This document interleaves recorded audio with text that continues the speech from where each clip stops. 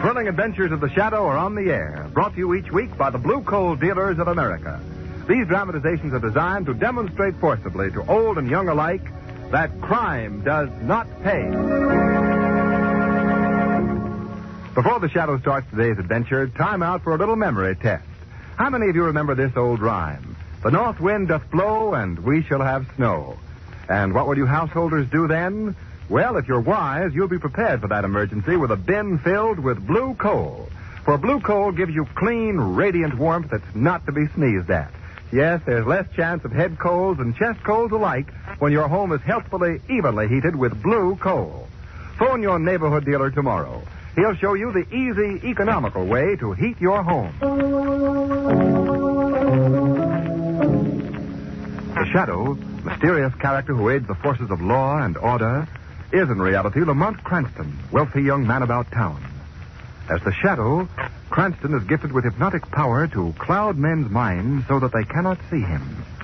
Cranston's friend and companion, the lovely Margot Lane, is the only person who knows to whom the voice of the invisible Shadow belongs. Today's story, The Chess Club Murder.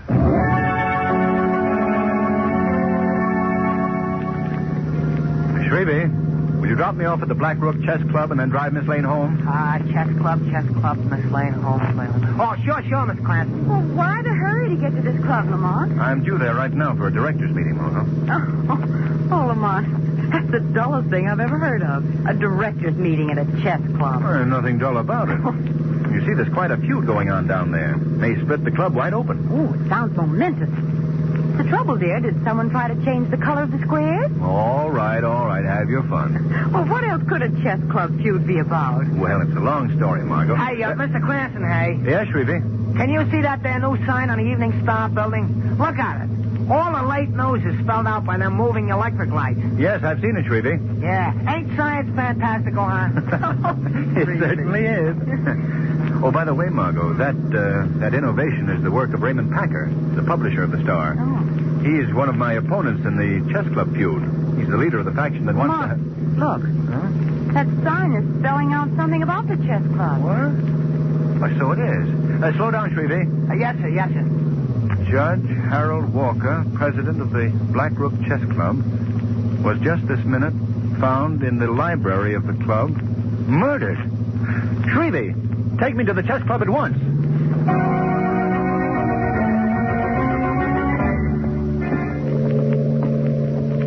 Lamont, will you tell me why such an exclusive club is quartered in that dilapidated building? Well, the founders started the club way down here by the waterfront years ago when they and their careers were younger. Well, why haven't they ever moved? For sentimental reasons. That's one of the currents of friction that started the feud. The younger element wants a new, modern clubhouse. Oh, I don't blame them. In here, Margot. All right. I guess the elevator's upstairs. Have to ring for it. Is that little wire cage an elevator shaft? Yes? It looks like one of those cash carriers they used to have in department stores. All right. Here he comes. Who runs it? Diamond Jim Brady? No, Margot. And Lillian Russell is not our hat check girl. Where's that dog? Probably in the elevator. It belongs to old Andy, the operator. Evening, Mr. Cranston. Evening, Andy. Hello there, Blackie. Blackie, quiet. It's all right, man. He won't harm you. Well, He's just not very friendly with strangers, Margot. I suppose you've heard about what happened, Mr. Cranston. Yes, I have, Andy. Is Commissioner Western upstairs? No, sir. The police haven't arrived yet. You see, the body was just found a few minutes ago. But how did the news get out? We read a bulletin reporting the murder on that new sign on the Star building. Aye. That was Mr. Packer's work, ma'am. Well, how did Raymond Packer get the news out so fast? From his office upstairs in the club. He has a newfangled machine there that sends news right onto that sign. Oh, I see. Go ahead into the elevator, Margot. Quiet, Blackie. Oh, Andy, do they know who killed the judge? No, sir. And I don't think they ever will. Well, why do you say that? There are many who hated Judge Walker, and many like me who are glad that he's dead. Well, I wouldn't talk that way to the police if I were you, Andy. They might misunderstand. They can't pin anything on me. Watch your step, Mr. Cranston. What do you mean, Andy? I mean getting out of the elevator.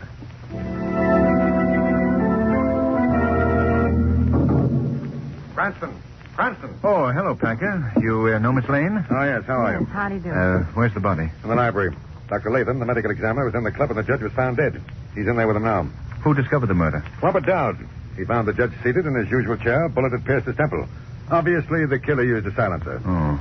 Have you seen the corpse? Why, sure. I even took pictures. That was very ethical. Now, listen, Cranston, as owner of the Star Bulletin, I'm a newspaper man first, last, and always. Even though this is my club, my work is my first consideration. Where's Robert Dowd now? In my office. Say, you haven't seen my new setup here, have you? You mean this news machine of yours? Yes. Come on, here, take a look at it. Have you met Robert Dowd, Miss Lane? No, how do you do? How do you do? Hello, Mr. Dowd. How do you do, Mr. Cranston? Yeah, now take a look at the setup. A wire service from all the leading news agencies, a stock ticker, and my pride and joy, the news machines. Well, it looks like a large typewriter. Well, that's the baby I scooped the town with on the murder story. I typed it directly onto the news belt that encircles my building. Remarkable. Mr. Dowd, I understand you discovered Judge Walker's body. Yes, that's right. Do you know when he was last seen alive? Yes, about an hour ago. He'd been playing chess with John Lord. Oh, I see. Is Lord still in the club? I believe he is. He's not only in the club, but tomorrow morning he's going to be on the front page of my newspaper as well. Listen to my story for the morning edition. I just dictated it into this machine. According to a statement made last night by Commissioner Weston, John Lord, who was the last person to see Judge Walker alive, will be held for questioning by the police. Well, there you are. Packer, you can't print a story like that. Why not, Mr. Dowd? It's unfair. The commissioner hasn't even arrived here yet. Why, everyone in this club knows that Judge Walker and John Lord cordially hated each other, even though they still met over a chessboard. Does that justify your printing an accusation like that? It's news, isn't it? Packer, are you going to crucify an old man just for an exclusive story? Listen, I'm convinced that John Lord knows all about Judge Walker's death. Excuse me. Oh, hello, Dr. Latham. Have you finished examining Judge Walker? Yes. Packer, what were you just saying about John Lord? I believe, Dr. Latham, that he's implicated in Judge Walker's death. But I'm afraid you're wrong. What do you mean, Doctor? John Lord was just found dead, stabbed through the heart.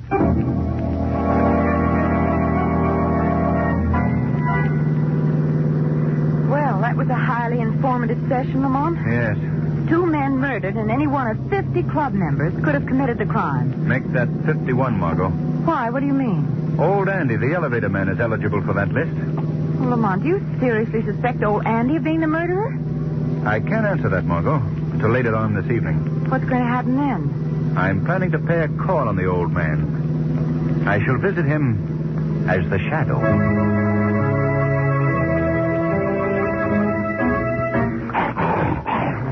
Blackie, what's the matter, boy? What is it? Why are you growling? Be quiet, Blackie. What was that? Who laughed? I think you've heard of me, old man. Who's speaking? I can't see anyone. I am called the Shadow. The Shadow? The man who's invisible? That's right. What are you doing here? Why have you come to see me? I'm seeking information. Information about the men who were murdered in the club upstairs. Why have you come to me? Because I believe that you were implicated in the crime. No, that's not true. You didn't like Judge Walker, did you? No, I didn't. Judge Walker tried many times to have me discharged from my job. It was always bothering me. Yes. I'd willingly have killed him if I'd had the nerve. But I didn't do it. Do you think the police would believe that story? No. I guess not. But if I were the murderer, do you think I'd have taken John Lord's life, too? He was a fine man. A friend of mine. There's no way of proving that friendship now. Look, Mr. Shadow, if you'll only believe me, perhaps I can be of help. How? You've heard the expression, dead men tell no tales. Yes? Well, dead men do tell tales, Mr. Shadow. There's something in Judge Walker's past that proves this saying. What do you mean? I can't tell anymore. It's up to you to learn the answer. See here, old man. If you're talking in riddles just to divert suspicion from yourself, you're making a great mistake. I'm warning you right now. In due time, the murderer of Judge Walker and John Lord will be brought to justice by the Shadow.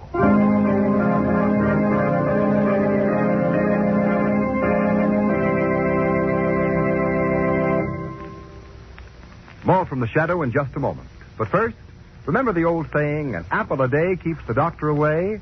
Well, nowadays, there's a new saying. The blue coal way keeps the doctor away. And that's not the least bit surprising either. For blue coal is America's finest hard coal, specially prepared for low-cost, convenient home heating. It distributes a steady flow of uniform, healthful heat from cellar to attic. Yes, an even-burning, long-lasting blue coal fire in your furnace is your best safeguard against winter colds caused by drafty floors and chilly, underheated rooms. So keep the doctor away the blue coal way. And when you phone in your order, be sure to ask your dealer about a blue coal heat regulator. He'll be happy to give you a free demonstration of this efficient, modern thermostat that opens and closes dampers automatically and saves you money by saving fuel. His name is listed in the Where to Buy It section of your classified telephone directory under the words Blue Coal. Consider health, economy, and comfort. Phone your neighborhood blue coal dealer tomorrow. And now, we return to our drama.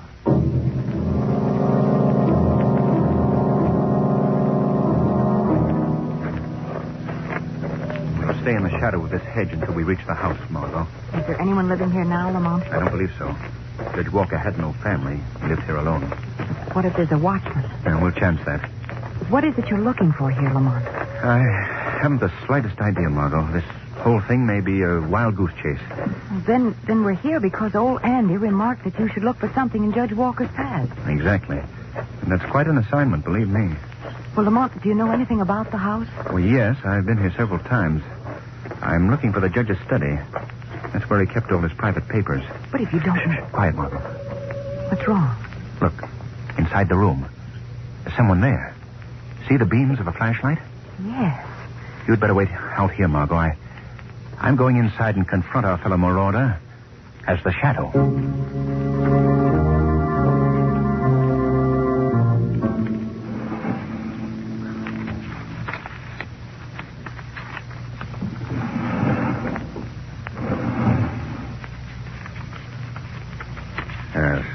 Yes, this is it. Who's that? Who put on those lights? I did, Mr. Packer. Oh, where are you? I don't see any. Oh, I believe I know who is here.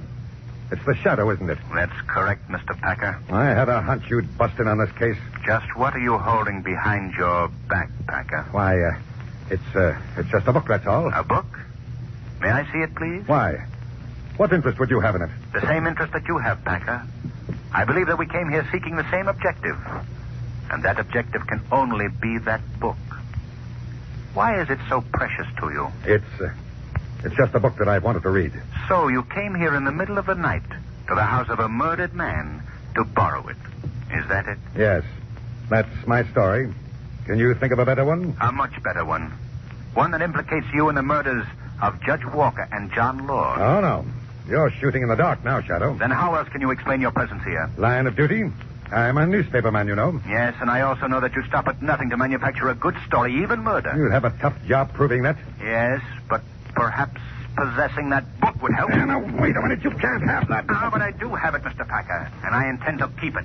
I see. You think you're pretty clever, don't you, Shadow?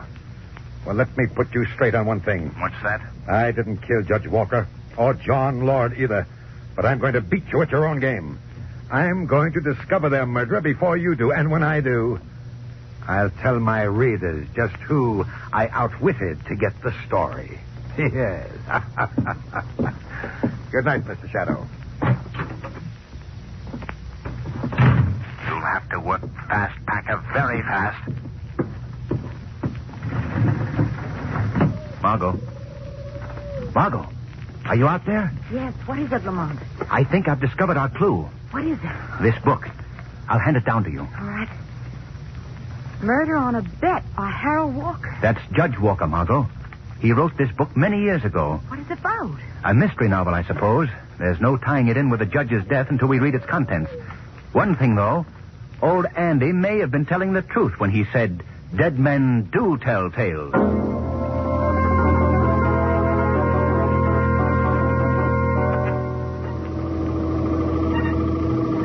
Andy, is Mr. Packer in his office? Aye, he's busy working. Here we are. Thank you, Andy. Good evening, Mr. Cranston. Oh, good evening, Dr. Latham. Looking for a game? No, thanks. I'm here to see Raymond Packer. Oh, he's in his office. I heard him talking into the dictaphone a while back. Oh? Anything turn up on the murders, Doctor? Has the commissioner discovered any clues? No, I'm afraid not. You know, as medical examiner, I've been on many murder cases, and usually the killer makes one mistake that gives him away. This chap seems to have evolved the perfect crime. I wouldn't be too sure of that, Doctor. Now, if you'll excuse me, I'd like to see Packer. It sounds like Packer's still hard at work. Perhaps I bet... Listen, Dr. Latham. Isn't he repeating the same phrase over and over? Yes, sounds that way. That isn't Packer at all. It's his dictaphone machine. What can be wrong? I don't know, but I think we should find out. Packer! Good heavens. Slumped over the desk. Packer! Packer! I'm afraid he's dead, Mr. Cranston. Yes, a stab wound through the heart, the same way John Lord was killed. And no sign of the killer's weapon. Wait, Dr. Latham. I have an idea. That machine, that dictaphone, he must have been speaking into it just before he died. Yes. Let's play the record back. It may contain a clue. You're right. Here, now let's see. I wonder... Here's a cut right here. While the police have been fruitlessly combing the town for the perpetrator of the double murder at the chess club, your editor has uncovered a clue that should lead to the solving of the crime. Here it is. I advise the police to learn the nature of the bet between Robert Dowd and... The bet between Robert Dowd and... I wonder who the other person was. The one he was about to mention. Yes. I have a feeling, Dr. Latham, that the unnamed person is the murderer. How about Robert Dowd? He's mixed up in it, too. I think it would be worth paying a call on him at once. Yes, go ahead. I'll notify Weston. Good luck, Cranston. Is Mr. Robert Dowd in his apartment, please? I'll ring and find out. Oh, I just remembered. Of course he's in. Another caller just left there. Oh? Well, thank you.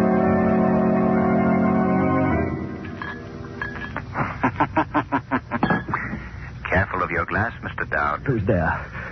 I see no one. Who are you? I believe you might know me as the Shadow. The Shadow. Yes. Yes, I know you. At least by reputation. Then you know that I'm here to learn about the double murder at the chess club. Why do you visit me? Because you have been a party to those murders. You're crazy. Perhaps I should remind you of a certain bet that you made. Does that refresh your memory? Does it? No. A bet that employed human lives as its stake? I have proof of this cold-blooded wager, Mr. Dowd. I don't know what you're talking about. Oh, I see. You've been warned to remain silent. Perhaps by the caller who was just here. I had no caller. You're lying. Those 2 drinks on your desk. Your visitor's cigarette is still smoldering. This visitor was the man you made the wager with, wasn't he? I'm not going to say a thing. I'd advise you to change your mind on that score. Because you yourself may be the next victim. You're just guessing. You don't know what you're saying. I'll prove to you that I do. You made a bet with this person that he couldn't get away with murder. This plan of murder that your friend followed was taken from a book that was written years ago by Judge Walker. A book called Murder on a Bet.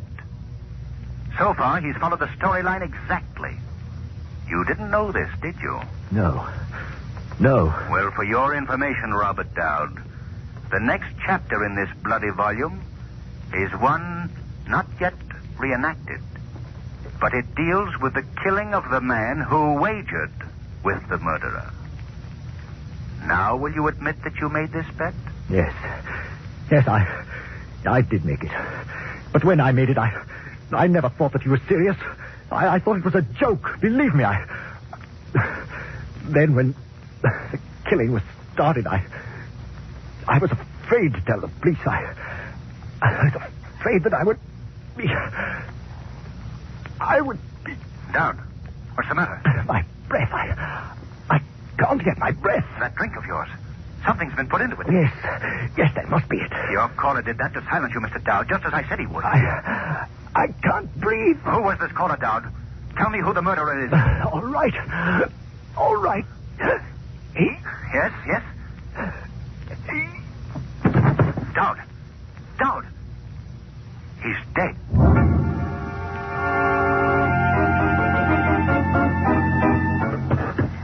Come on, Margot. Just one more flight to the chess club. I wonder why Andy didn't answer the elevator buzzer. That's what I want to find out. Do you suppose another chapter in the book has been played? I hope not. Here we are. All right. Come on in, Margot. Lamont, the lights are out. Yes. Andy. Andy. Where are you? Andy, why don't you...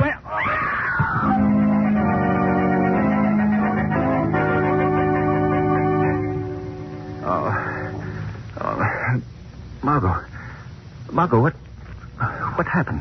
I don't know. Say, what's that? Someone's just thrown a very bright light in her eyes.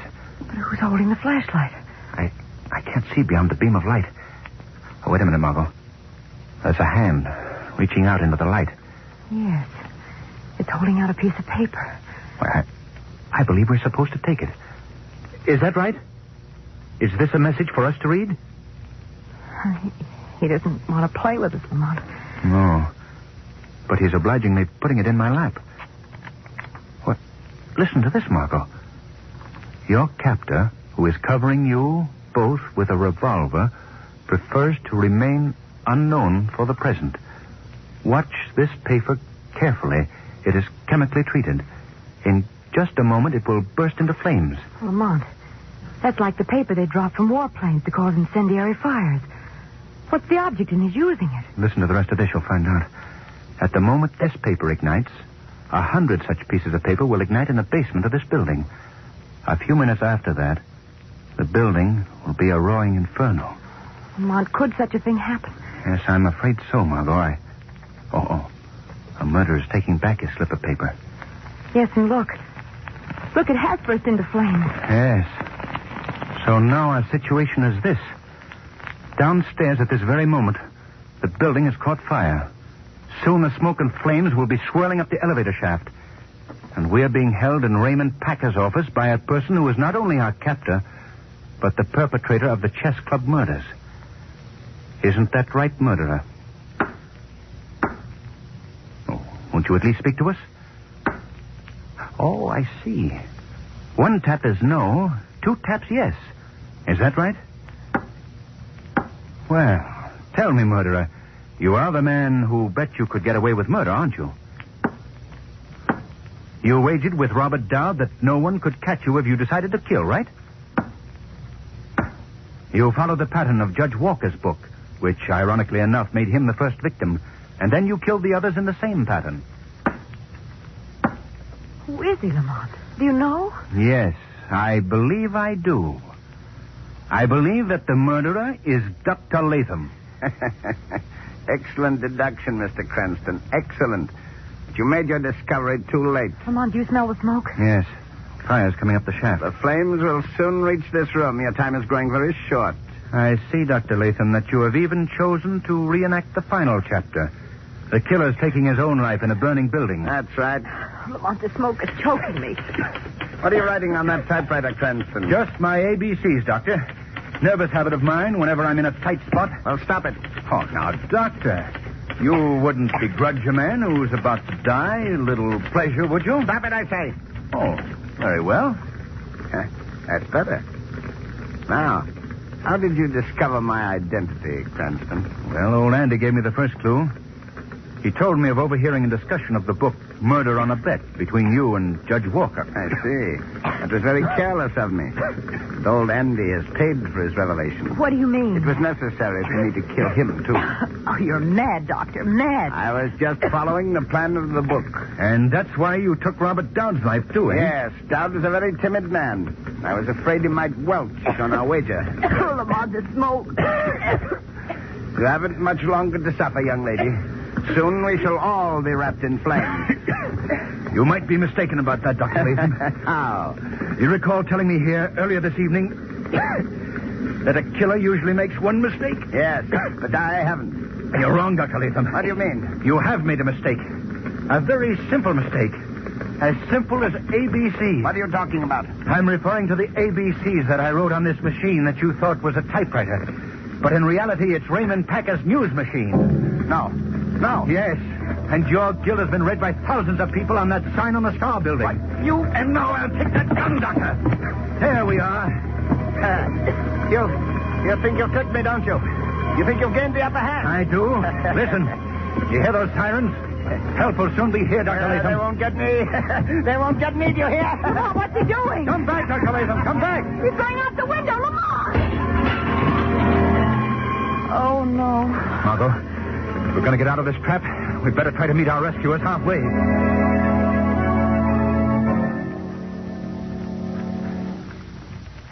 Lamont, to think that all those things could happen at a chess club. I always told you, didn't I, that it was a very exciting game? Exciting. It's a killer.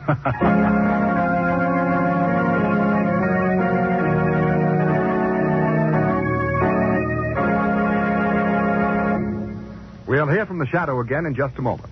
But first, we present John Barclay, America's home heating expert. Mr. Barclay. Thank you, Ken Roberts, and good evening, friends. These are certainly busy days for your neighborhood blue coal dealer. Yes, around this time of year, he's really got his hands full. But no matter how much he has to do, your blue coal dealer is never too busy to give his personal attention to your individual heating problem. You see, your friendly blue coal dealer is different from an ordinary coal man. In most communities, he's an institution. His office is a regular clearinghouse for free information on low-cost home heating. You'll find him pleasant to deal with, too. And besides, he's dependable. Even in the worst weather, your blue coal dealer never falls down on the job. He gives you careful, courteous, and prompt delivery. His motto is service with a smile. In addition, he will gladly be of assistance by helping solve any heating problem for you. His John Barclay trained serviceman will inspect your furnace and recommend the proper size coal for best results. This service is free and available to all blue coal customers. It will pay you to phone your neighborhood blue coal dealer in the morning. Thank you.